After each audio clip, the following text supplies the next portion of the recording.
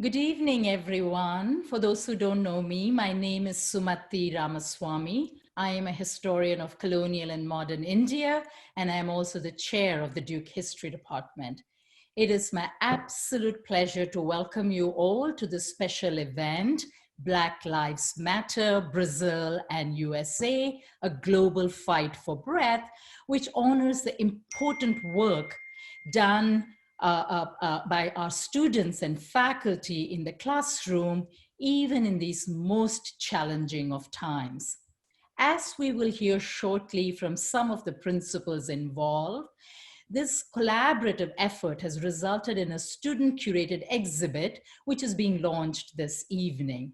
This exhibit has its roots in a spring 2020 class co-taught by my colleague John French and Professor Silvio Almeida, Professor of Law at Mackenzie University in Sao Paulo, Brazil, and also visiting Mellon Professor at Duke. Their course explored the similarities and differences between Black social movements in two different national contexts. The powerful social movement that we call Black Lives Matter originated in this country, but especially since this summer, we are also learning about its international reach and ramifications. Events such as this evening's vitally contribute to advancing our knowledge of anti-racism activism, from which we can draw critical lessons for our lives and institutions. On this important occasion, I'm honored to welcome Duke President Vincent Price, Provost Sally Kornbluth, Dean of Arts and Sciences Valerie Ashby, and Dean of the Social Sciences Rachel Cranton, from all of whom we will hear brief comments.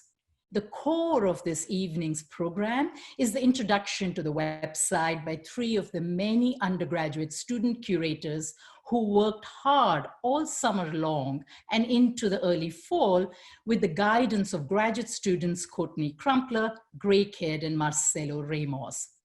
After this preview, we feature a short conversation between their faculty mentors, Professor Almeida and Professor French, which will be followed by a brief Q&A, which I will moderate.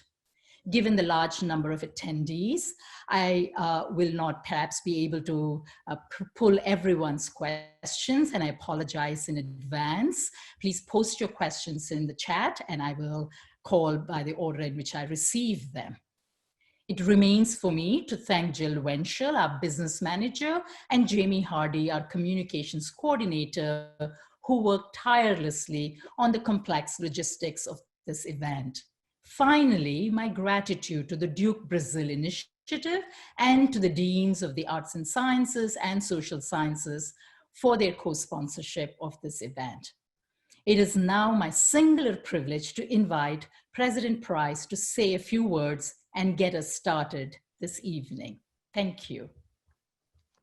Thank you, Sumati, for the invitation to be here this evening. I also want to congratulate John French, Silvio Almeida, and all the students who were involved in this important research last spring and this fall.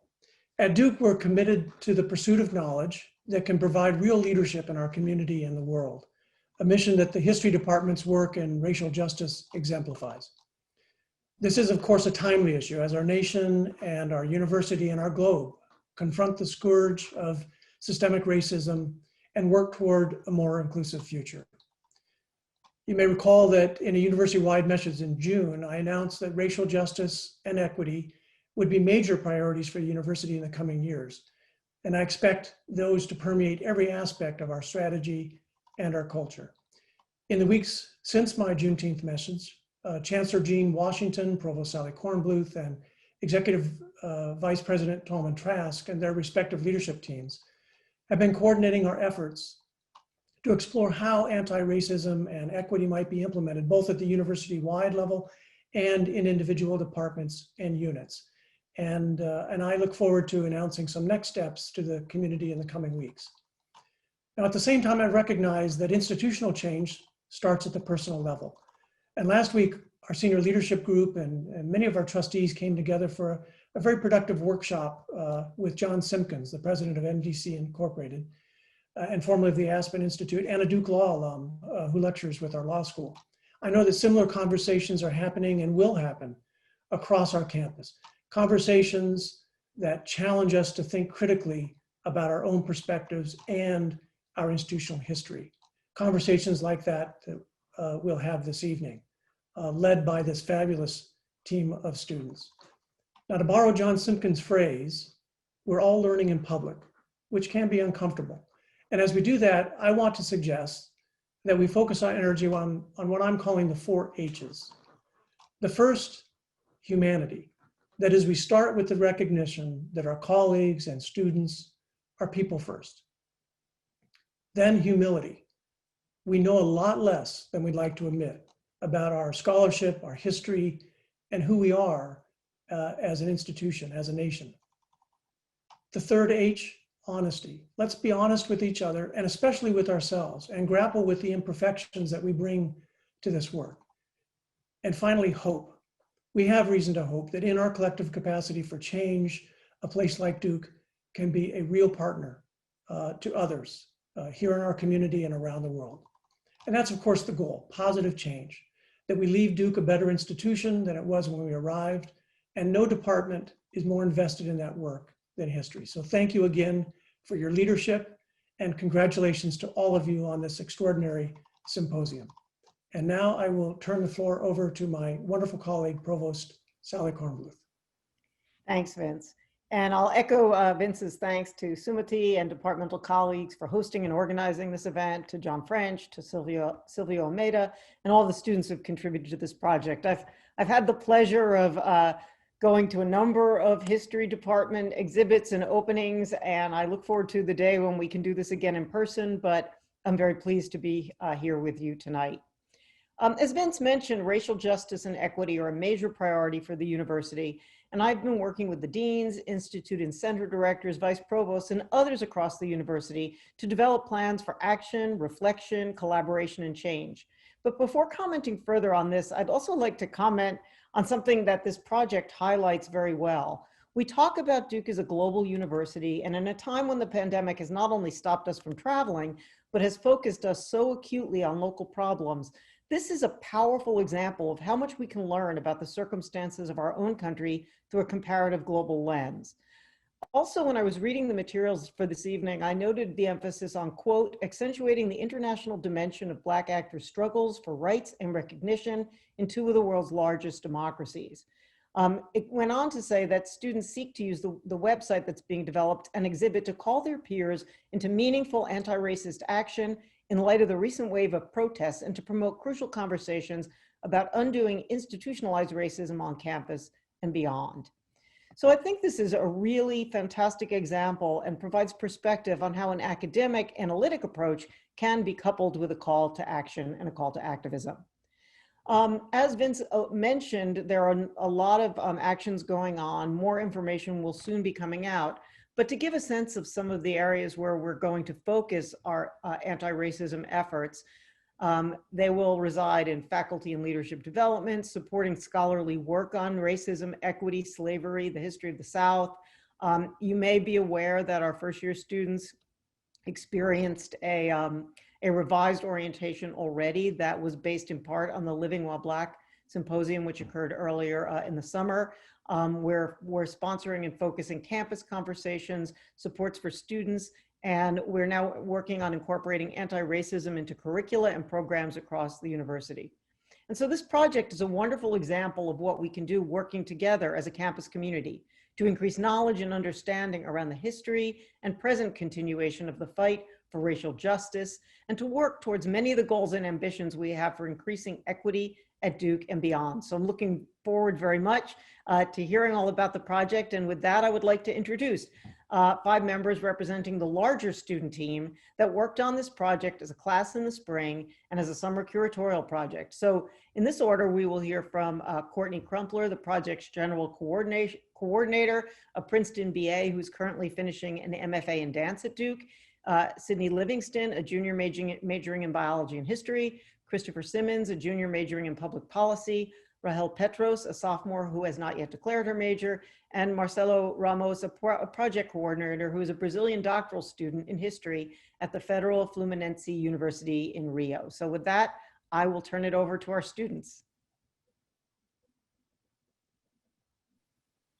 Good evening, and thank you, President Price, Provost Kornbluth, Dean Ashby, Dean Cranton, and Dr. Ramaswamy. My name is Courtney Crumpler, and I'm a second-year student in the Masters in Fine Arts in Dance. I have the honor of serving as one of the graduate coordinators for the Black Lives Matter Brazil USA, a Global Fight for Breath project, alongside Marcelo Ramos, Gray Kidd, and Chloe Ricks. We're excited to be launching an online version of our exhibit tonight, the result of a collaborative process that began in spring 2020. Working on this project with these students has been one of the privileges and highlights of my time at Duke. It has allowed me to move in and toward a shared commitment to justice with a group of 24 incredibly inspiring students, 3 of whom you'll hear from shortly. One of my favorite parts of the process was writing our statement of values and setting up terms for working together that are as aligned as possible with the overarching objective of the project to contribute to a global anti-racist agenda. I was born and raised in North Carolina, but Rio de Janeiro, Brazil became my second home when I lived there from 2013 to 2019 and worked as a political organizer and public artist. Being invited into collective movement on the streets, often on stilts and within African diasporic traditions during those years, transformed my sense of social and artistic responsibility.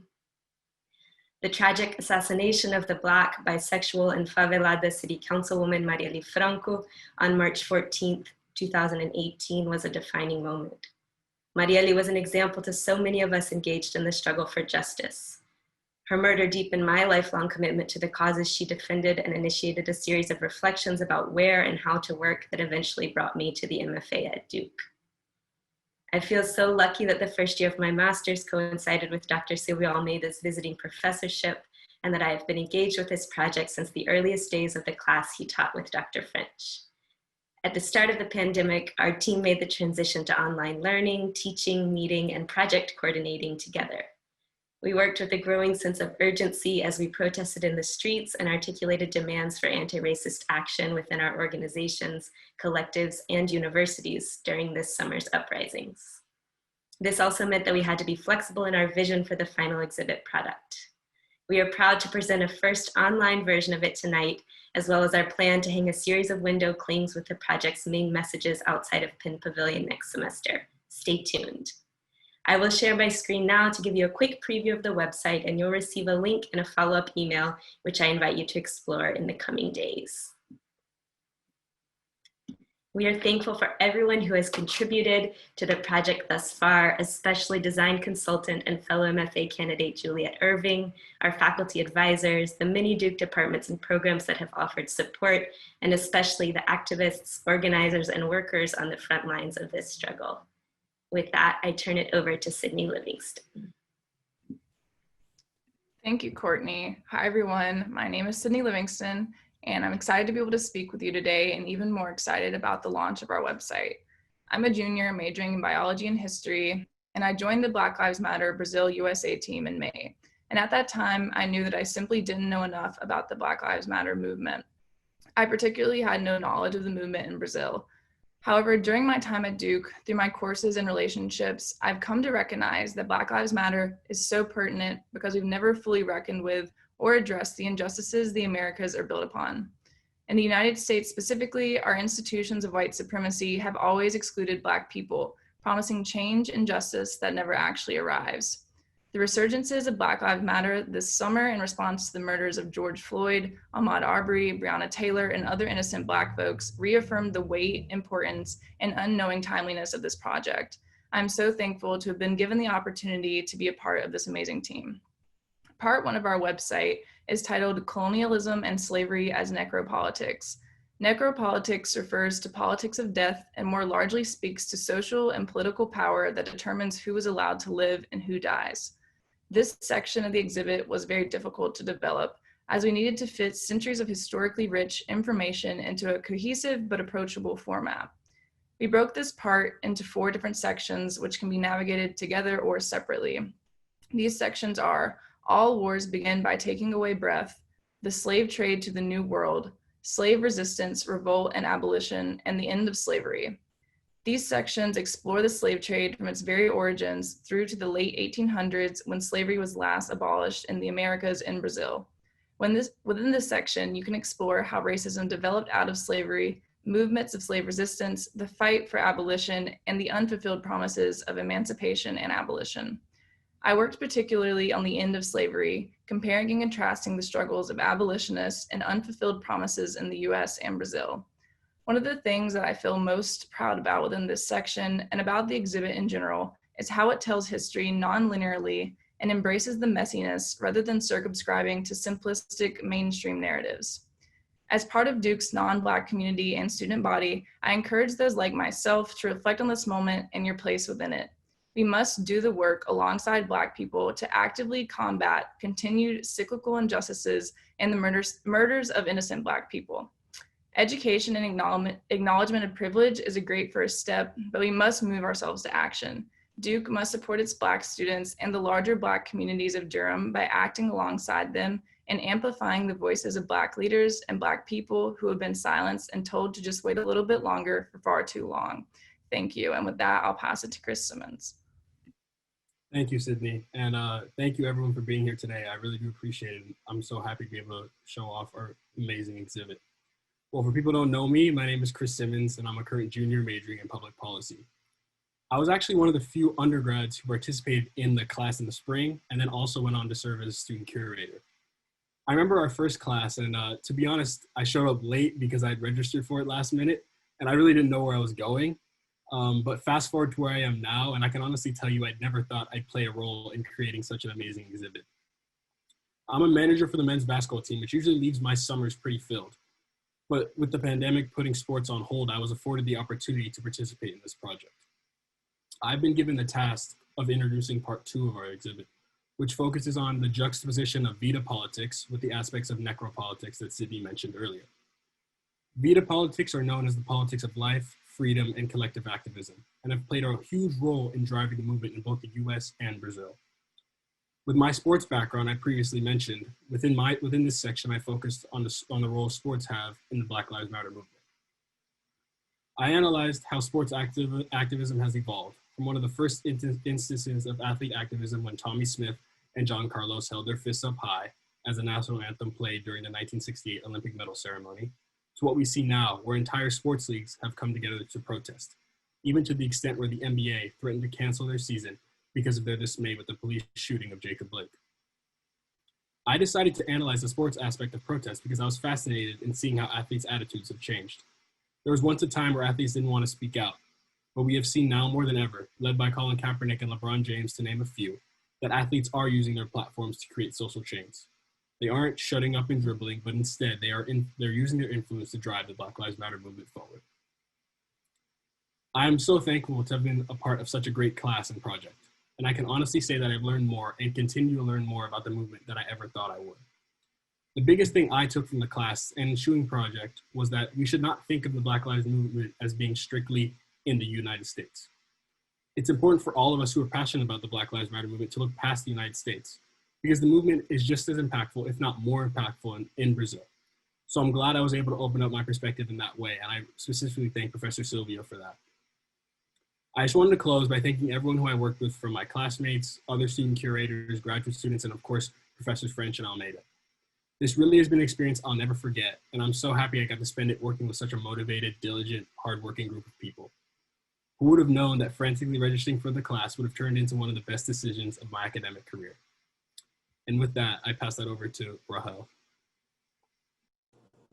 Thank you, Chris. Good evening, my name is Rahel Petros. I use she, hers pronouns, and I'm a sophomore here at Duke University, intending to major in International Comparative Studies with a minor in Education and Public Policy. I was not a part of the class that preceded the creation of this exhibit. It was quarantine, I was finishing up classes, and I had been looking for something to keep myself busy over the summer, knowing that I'd be stuck in the house for a very long time. So out of the sea of STEM research opportunities I was incredibly unqualified for and or disinterested in, this project especially stood out. I wasn't new to the intricacies and conversations surrounding the Black Lives Matter movement in the US, but examining these in Brazil, a country that I knew virtually nothing about besides a soccer team, but had such a rich and racially diverse community, was very intriguing to me, especially considering that the culture I come from is Ethiopian and Eritrean, countries where everyone's Black and there's not as much racial diversity. Fast forward through being interviewed, accepted, and starting on the exhibit's research, the news of George Floyd's murder broke and ended up being a life-altering moment. In this tragedy, being disconnected from the Black Duke community I had just found myself so dependent on was unbearable, especially living in a predominantly white county where I felt no one would understand the pain I was feeling. However, that pain pushed me to help organize a protest in my hometown, which ended up being the largest gathering in our county's history. To top it all off, we got recognition from President Obama via Twitter. It's really exciting, and coincidentally happened during one of our team meetings. So I mention all of this to show how grateful I am to this project and its team to give me the distinct ability to act and reflect at the same time. I got to grow through this learning process and simultaneously lead the same movement I was researching, a unique privilege not many of us get to have. After such a transformative summer, I returned to Duke with a new outlook on activism. We owe it to ourselves and the broader community to not only live these 4 years in the Duke bubble, but go beyond the comforts of the classroom and campus life and even our country to make real change in the communities and spaces we occupy. I would like to end by thanking the faculty sponsors and graduate student coordinators who made the usually hefty weight of being a Black student activist at a predominantly white top 10 university feel much less burdensome and much more healing. Thank you. And I would pass it on to Marcelos.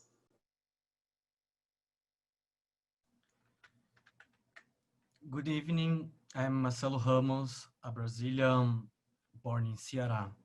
Today, I live in the favela of Vidigal in Rio de Janeiro. I came here 5 years ago to undertake doctoral work on strikes by Black and Mestizo woman workers during the military dictatorship in Brazil. I am also an activist in Brazil's Black movement and work as an aide to Thalira Petroni, a Black woman serving in the National Chamber of Deputies, who receives constant death threats in the context of the ongoing genocide of Black Brazilians. Early in 2020, I seized the opportunity to come under Duke auspices as a visiting scholar and participated in the class taught by Dr. Almeida and Dr. French.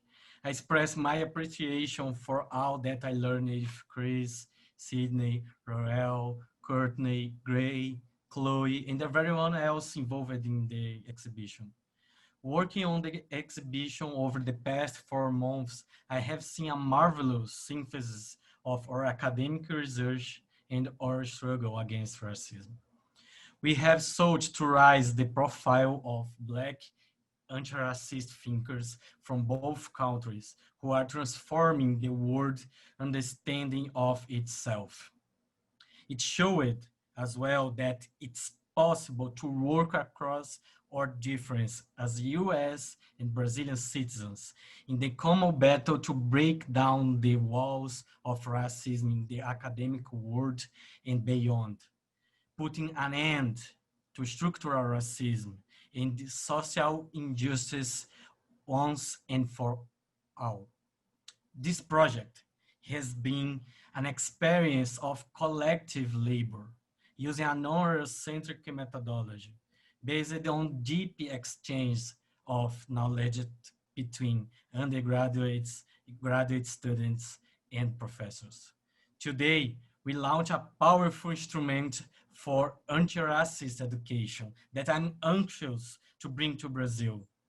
The growing fight against racist violence in the USA help us in our fight against the genocide being undertaken against Brazil's Black people. This is not just an exhibition or a website. It is a movement on international anti-racist solidarity. Thank you so much. And now I pass to Dean Ashby. Thank you.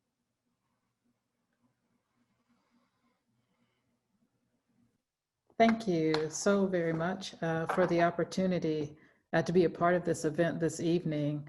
I am such a teacher at heart, and I'm always delighted to spend time learning from our students and learning with our students. I so appreciate that this effort stems from a class where the students realized that the Black Lives Matter movement within the US and Brazil warranted further investment of your time and inquiry, and even, as I heard, a call to action. I will say that you all have expanded my vision. I've had a chance to see your work and listen to you share the impact of this class on your lives. And I am a firm believer that we cannot fix a problem that we cannot see or are not willing to see. So thank you for what you have shared this evening. I'll share a little bit about the seeing that I'm trying to do and the role that I play.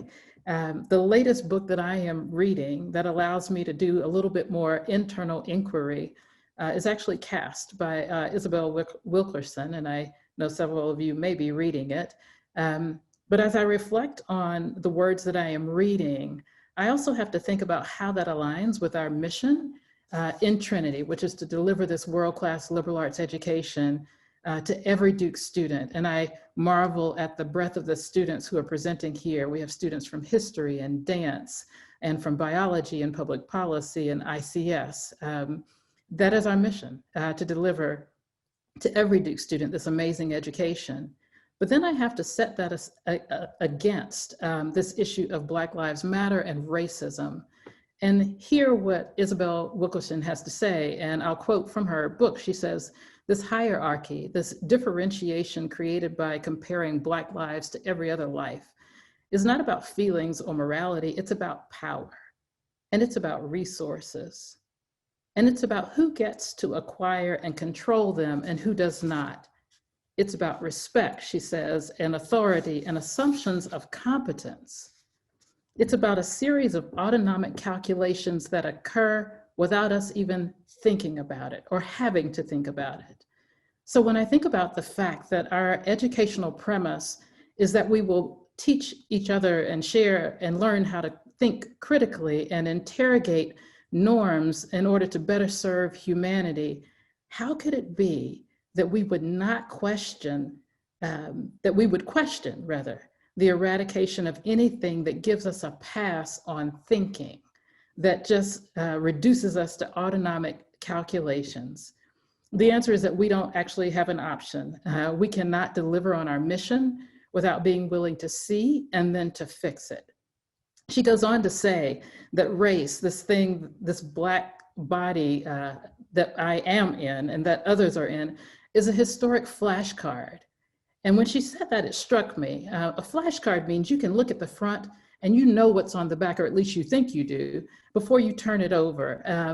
And she says that this is a historic flashcard to the public about how these people who are Black should be treated, where they're expected to live, the positions they're expected to hold, whether they belong in a particular section of town, the seat that they occupy in a boardroom, whether they can speak with authority on a particular topic, whether they are administered pain relief in a hospital, given whether their lives live in a neighborhood that is likely to adjoin a toxic waste site, whether they survive childbirth, or whether they're shot by authorities with impunity. I just heard the term necropolitics. I think I feel that in how she describes this. So she says you can't fix a problem though unless you can see it. And I would like to add, you can't fix a problem unless you're willing to see it and even willing to feel it. The empathy that is required is pretty amazing. So with all of that, that does not bring me to a place of despair. Quite the opposite. I hear President Price saying that his last H is hope. And that's what I have, particularly when I am with students and witness what you all are doing.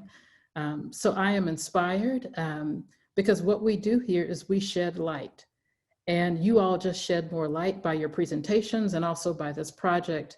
And what I am confident of is where there is light, we have the potential to see if we are willing to see.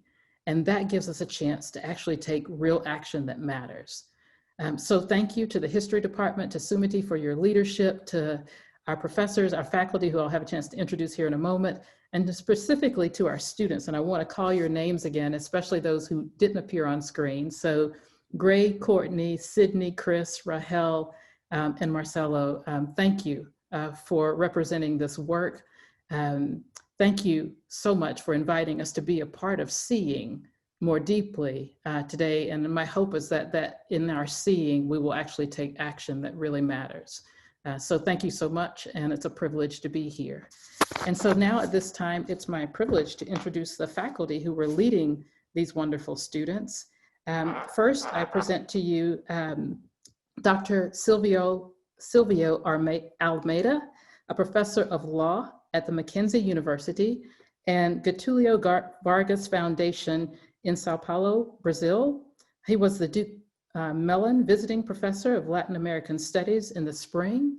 He is the author of 2 books, Sartre, Law and Politics in 2016, and the current Brazilian bestseller, Structural Racism in 2018. And I'd also like to present to you Professor John French. He is Professor of History, African and African American and International Comparative Studies at Duke, and author of a just released UNC Press biography of Brazil's former president, Lula, and his politics of cunning, from metal worker to president of Brazil. Thank you so much to the faculty for providing these wonderful opportunities for our students, and I'll turn it over to you. Good evening. For me, it's a great pleasure to be here. My beloved students, I'm so proud of you. I'm so proud to take part of this event, to take part of the community as Mellon Visiting Professor. I want to initiate the event formulating 2 questions to Professor John French about our job, about our work in this event. Professor French, in your experience, is there space at Duke for experimental, internationally collaborative and outward-directed anti-racist pedagogy like Black Lives Matter in Brazil USA? What's Duke's history in relation to Black people? Okay, let me, I've been here for 25 years at Duke University. Duke University, as people know, only became a desegregated. The first Black undergraduates were admitted in 1963.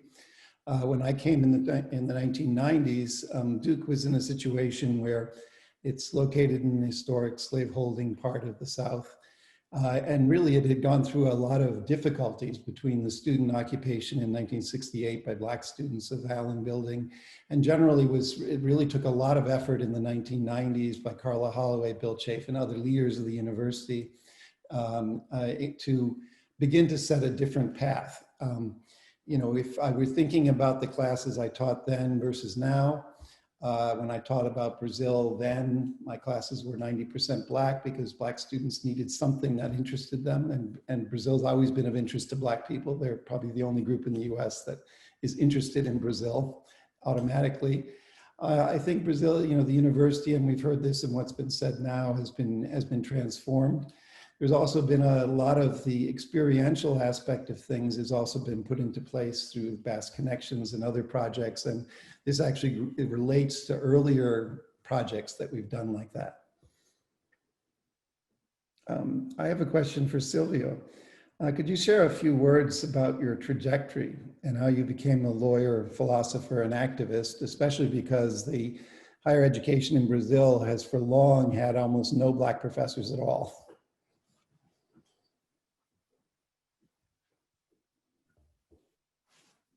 It will be very difficult to me to answer this question quickly, but John, I'm part of a lower middle class Black family in the city of São Paulo. My father was a famous soccer player in Brazil, and my mother dedicated her life to my family. Being from lower middle class means that, unlike the vast majority of Black people in Brazil, my life has been stable. I have studied for all my life. I have had good housing conditions. I have had adequate food. I always could have dreams and perspectives in my life. My family is an example of how the social conditions that allow the Black population to survive are to some extent linked to two important factors.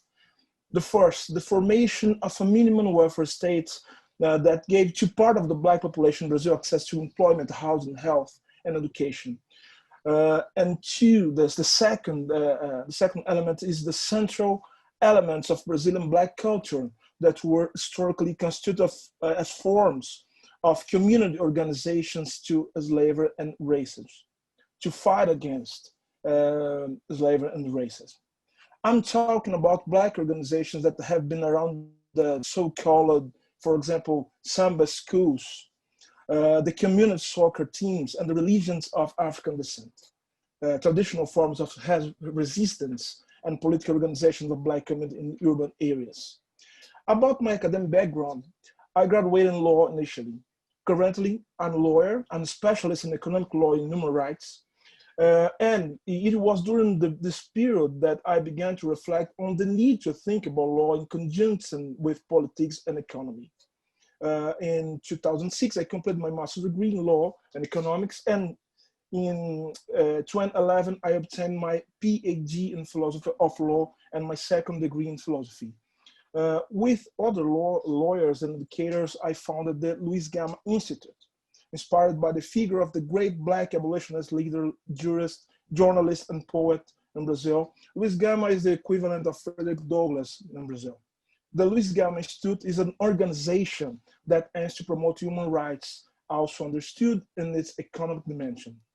In addition to legal defense of vulnerable groups, the Luiz Gama Institute assists in structuring projects in areas of education and culture. In recent years, the Luiz Gama Institute has actively participated in the struggle for the implementations of affirmative action in public and private sectors. This is my history, John. You often spoke in class about the grammar of diaspora, in talking about the New World African diaspora. What do you mean by that term, and how does it apply to your teaching here at Duke? Okay. The concept of grammar of diaspora, alongside the concepts of vita politics and structural racism, was central for the methodological construction of our course and that exhibition, because it became possible to compare different realities as Brazil and US, the reality in Brazil and the reality in US. The concept of grammar of diaspora is based on three fundamental arguments. The first is that the study of the Black diaspora, a historical and sociocultural phenomenon that resulted in the forced displacement of the original African populations to other parts of the world, is a condition of the possibility of understanding Black identity defined as a political process. Black identity defined as a political process that is global and at the same time local, where decolonization, the formation of national states, and the advent of races play a fundamental role. The second argument is that this diasporic Black identity is a result not only on the flow of people, but a shift in ideas, cultural practice, and political strategies that have resulted in the construction of diaspora grammar, somehow shared by Black populations of everyone. And the third argument is that understanding of Brazilian national identity, especially with regard to cultural formation, goes through the analysis of how those diaspora grammars was using the struggles for meaning of Black cultural identity in anti-racist struggles, some deep social transformation that occurred between the 20th and 21st centuries in the world. Mm-hmm. John, I'd like to formulate a question to you. My question is, why should white North Americans study Black movements and struggles in their own country? And has your thinking about the situation of Black people in Brazil changed your understanding of the country you have studied for 4 years? Yeah, I think that I can start off by just making a point about the thing about the diaspora. When we talk about the New World African diaspora, for some reason, people think, as with the question of racism, that this is something that just involves Black people. Actually, white people were formed in the process of the creation of this diaspora and formed in relationship to and defined against, and in other places defined, like Brazil, defined in a somewhat different way in relationship to Blackness than in the US case, where we went the route of legal segregation. In terms of the two countries, the African-American population is about 13% of the population. You could add the Afro-Latin part of the rest of the population. Brazil, it's at least half the population, probably more. And the dialogues, there are different, white supremacy is true in both societies. And what people don't understand is that the structures of power, I mean, there's a way of thinking about what racism is as, the nation's most dangerous pollutant. And of course, if you say it's the nation's most dangerous pollutant, especially in the United States, you're saying it's not simply bad ideas in people's heads, because something is producing the pollution. And the fact is that racism, in my experience, going back to the early 60s and then late 60s as a high school student activist, and the struggles in the 70s during black rebellions, which tend to get written out of the story. You sort of prefer the civil rights narrative a little bit more, that experience has shown that the racism is the fundamental tool for the maintenance of an unjust world and an unjust distribution of wealth and justice and opportunity for everybody in the United States. And this echoes a point that Silvio has made and also was made in a recent manifesto that he was involved with, which is that you cannot have, that racism is an enemy of democracy. So I was wondering if you might want to say something about the relationship of democracy and racism, because I think it's an important part of what you taught us in the class.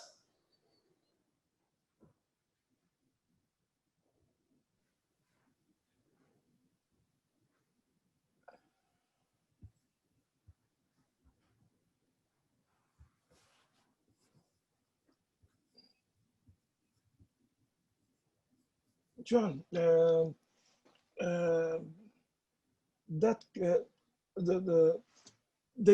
course of Black Lives Matter changed my life, my vision about my country, about the US. I can perceive the diversity of the US experience about race relations. And how about you? How this course impacted your views as a professor, as an educator, as a political activist in certain way? How this event, this exhibition, this class changed your life, if changed? Yeah, I think that the Paulo Freire, the famous educator from Brazil, the author of Pedagogy of the Oppressed, he often made the point that education is not a game of collecting coins, sort of an acquisition model of it. It's about changing. It's about learning what you don't know, and it's about teaching others what you have learned, so that everybody can be. It's really an open, horizontal process by which we change things. It's by talking to other people. And in the case of this, working with Silvio, we met in February of last year when he came to our conference about the far-right president elected in Brazil through a fraudulent manipulation of the legal system. And the fact it's collaborating with Silvio has been a chance for me to learn from a younger generation, an up-and-coming generation of young Black intellectuals and activists and professors in Brazil. But it's also for both of us, the class was a very diverse class. The only thing I would say about the class was that there should have been, we had 22 or 24 students, that we should have had more white students. I think that's the only thing I would say, is that we could be a little bit disappointed at the end that we didn't have as many white students as possible, because people need to learn that it's everybody's problem. It's the notion that the weight of racism or the weight of being anti-racist falls on Black people. Hell no.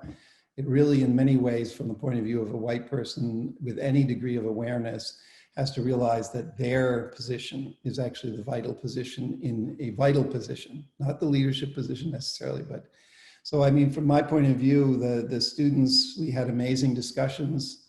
We're sharing view, you know, Silvio sharing his views and his reactions to what he heard, you know, when, it was a chance for everybody to begin to see in person, through Silvio's stories and through Silvio's knowledge and his philosophical background, you know, what the world looks like from a different point of view. Because the trouble is that it doesn't matter who you are in the United States or what your origin is or what your culture or color or anything else. The fact is, Americans are far too parochial. And they really don't know that Brazil has the largest population of Black people in the Western Hemisphere by a lot. It's the largest population of African descended people outside of Africa, and the second largest population of Black people after Nigeria, and nobody knows that. Very few people know that. So it's really been an exciting process learning from the students. Both Silvio and I would be quite amazed when we left class. Now, I wanted to ask a question to Silvio, which is, what are your impressions of the US students you taught in comparison to your Brazilian students? John, your question is very interesting, because one of the first things that I thought when I arrived at Duke was, wow, I'm from Brazil. because the students were very kind and generous with me. About the difference, the cultural difference are less important than the generational similarities. My students in Brazil and US, for example, listen to the same music, watch the same TV series, and specifically the Black students share some elements of grammars of diaspora, for example, the hip hop culture. About the students, John, the students were the most important, are the most important component that made the course and this exhibition possible. Without the students, nothing, absolutely nothing would have been possible. It was their intelligent, inquires, life experience, generosity, and willingness to learn and teach that shaped the soul of this course. John, I think that a new generation is rising in this event. Yeah, and this event is the proof of it. I want to emphasize this point. Remember one of the points of the President Price pronouncement in June 10th. President Price says that one of the goals of Duke University is establish and support Duke as a global educational and research leader in anti-racism. And it is this point I want as a Brazilian, as a Black and Latin American man, to contribute with Duke. That place that is such a short time, I learned to respect where I feel that my heart is hopelessly linked. I want to contribute to the effort to make Duke the global educational research leader in anti-racism, as a way to honor my ancestor, John, and to thank the universe for the way I was welcomed here.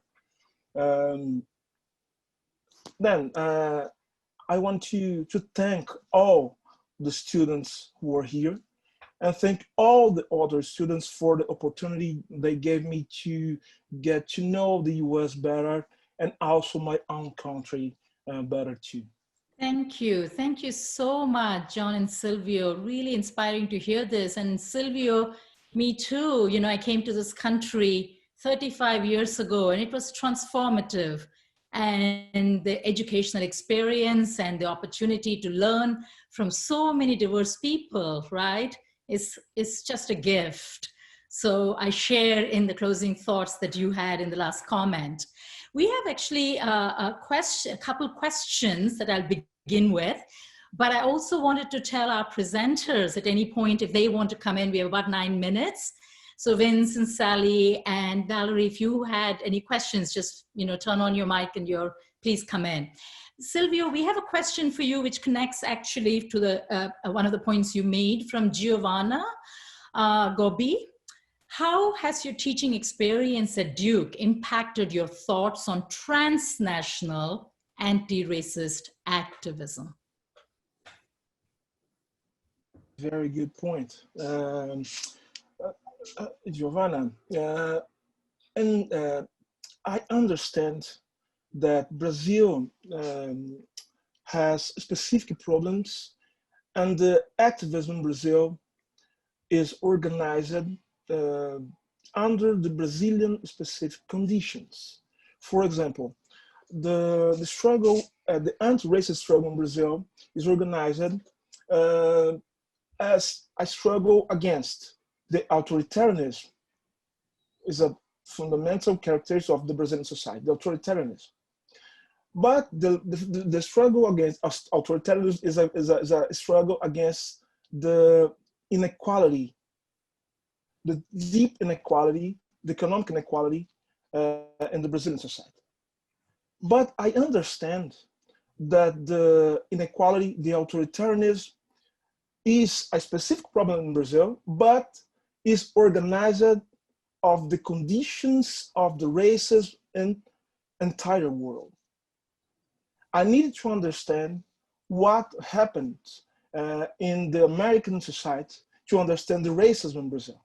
I need to understand the link of all the struggle anti-racism in the world to understand my challenge and my Brazilian activism against racism in Brazil. Thank you. We have a question, I think, from one of your students, Jose Rosario.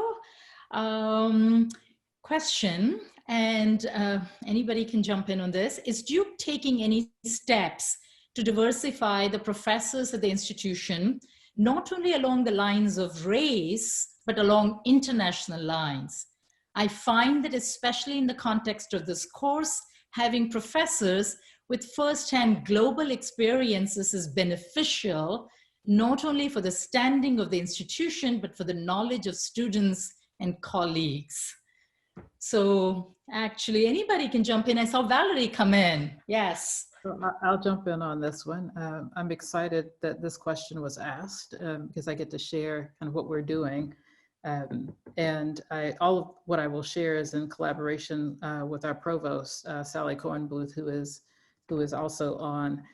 So let me talk about race first and then talk about the international piece of this. The answer is yes, particularly when I arrived here at Duke 5 years ago, we had 35 Black professors. That number has increased by 50% now. 35 to 50, okay, right? It's still not big numbers, but we're making progress. What I'd like to do is actually in the next several years to be far more intentional and push even harder than we have done previously. So I appreciate that it's not just about numbers, but it's also about continually trying to create a culture and climate where people's work is respected, where they are respected, and they are an integral part of this institution. That is ongoing work. So it's not just about numbers for us. So let me say that. On the global side, I'm excited that even in the midst of a pandemic, when we have had to put the brakes on a little bit of our hiring because of financial reasons, that along with our provost, we have been able to continue to support some global perspectives hiring. And so that is exciting for us. We actually just hired 2 Africanists who happen to be Africanist.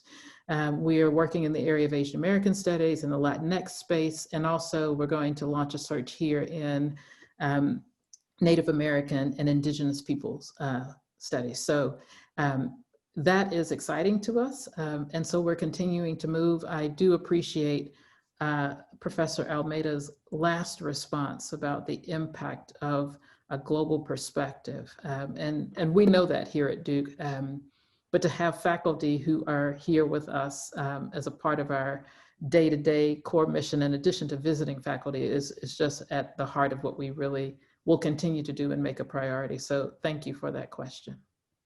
I'll just add a comment, if I may. I was actually thinking of highlighting some of the things that Valerie had mentioned, and I so appreciate the collaboration. I did want to mention also, not only in terms of hiring, but how we're thinking about facilitating the work of the faculty we have and investing in projects. And so I just wanted to note our Office of Global Affairs funding opportunities and seeding joint courses between Duke faculty and peers at universities in the Global South. And so there will be additional opportunities. We are going to receive some additional funding that will help hiring more Black faculty, but I think also seeding the kind of collaborations with our existing faculty that can provide greater insight in both racial areas and, as Valerie said, in global perspectives.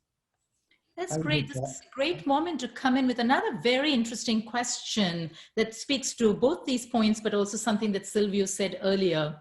How can academics and educators in the humanities from developing nations have a leading position in the global struggle against racism when there are material and political obstacles that limit the reach of their voices? A big question, and we have about 3 minutes for this big question.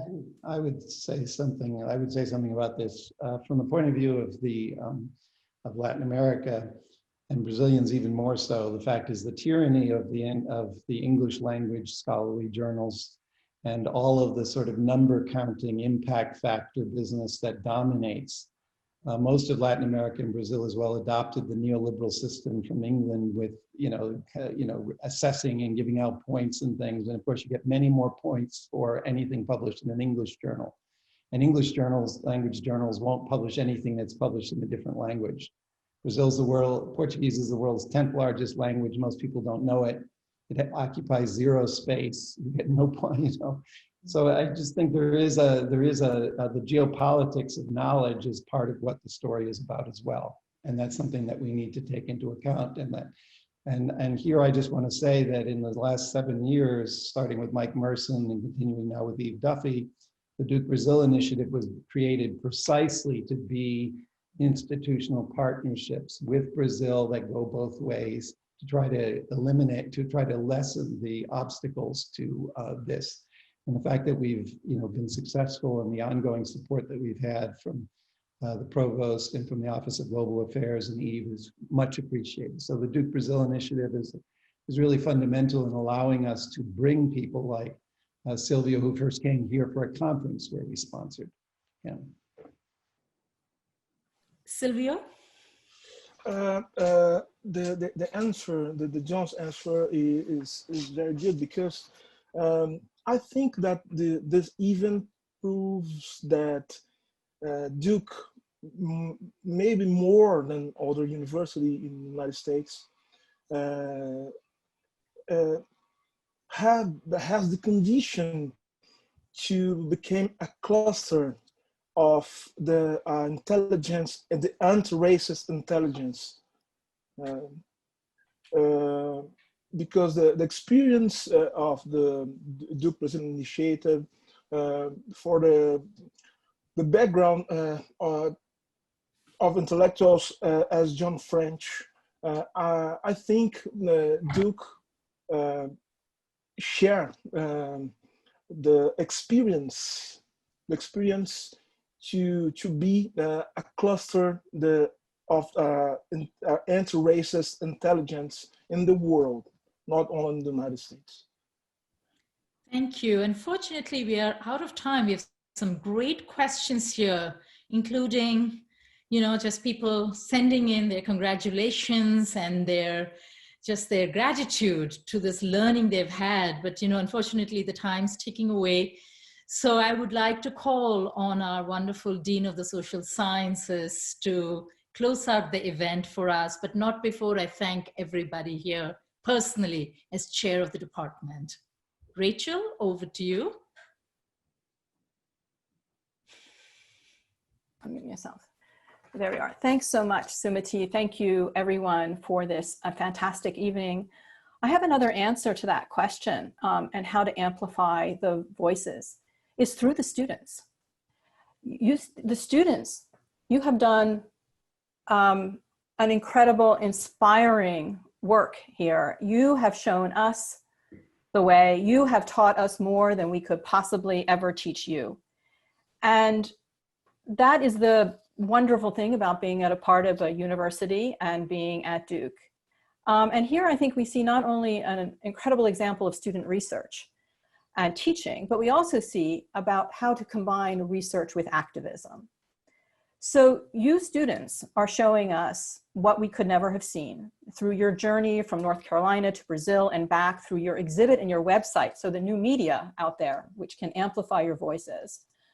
And so we are now able to see more and to hear more and to learn more than we ever could have otherwise. And so you students out there are showing us how we should all be standing up and standing out, and how you, all of you out there, you are going to change the world. And I'm very proud to be part of this, this university, this international collaboration. I just want to say good evening to everybody, and everyone stay strong. Thank you. Thank you, and goodbye.